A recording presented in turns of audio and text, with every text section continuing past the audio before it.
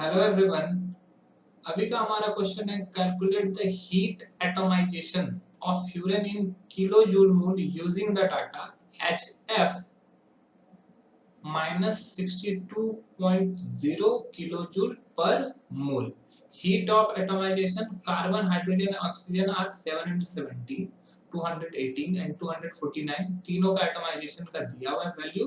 एक का कार्बन का है 717, हाइड्रोजन का 218 एंड ऑक्सीजन का 249 किलो जूल मोल पर मोल।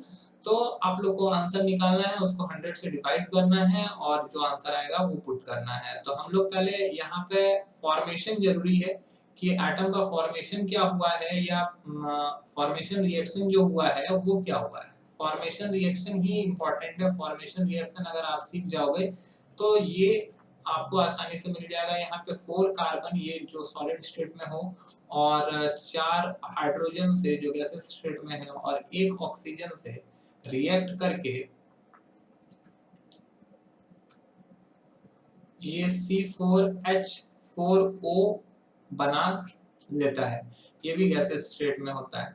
तो अगर आप देखोगे यहाँ पे आपको दिया हुआ है डेल्टा HF का वैल्यू दिया हुआ है -62 किलो जूल पर मोल और इसका मतलब ये है कि ई रिएक्टेंट जो होता है वो एक E reactant minus E product equals to होगा डेल्टा HF। नोट के यही हम लोग जानते हैं। तो अगर हम लोग ऐसा लिखें ई प्रोडक्ट को उस तरफ भेजें और डेल्टा HF को इधर भेजें तो क्या हो जाएगा, ई प्रोडक्ट इक्वल्स टू हो जाएगा डेल्टा ई रिएक्टेंट प्लस यहाँ पे इसका वैल्यू माइनस में है तो ये प्लस में हो जाएगा 62 किलो जूल पर मोल।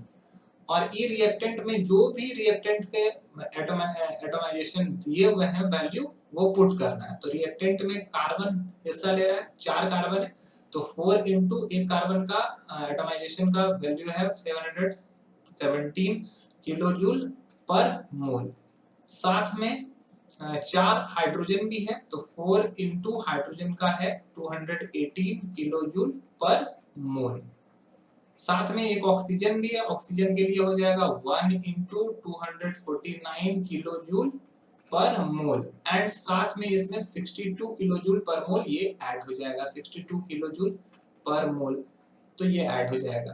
तो अगर आप इसको मल्टीप्लाई करते हो तो ये होता है 8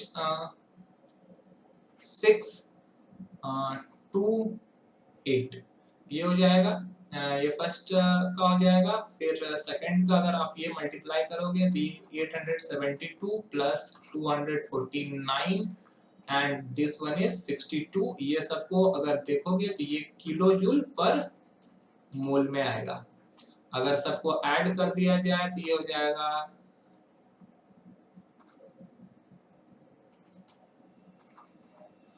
तो ये किलो जूल पर मोल आपको बताया गया है। ये आपका आएगा और चूंकि दिया हुआ है क्वेश्चन में कि आपको you have to divide by 100 तो 100 से इसको जब डिवाइड करते हो तो ये आंसर आ जाएगा 40.51 किलो जूल पर मोल। तो answer is 40.51 kilo joule per mole. I hope ये आपको समझ में आएगा। That's all, thank you.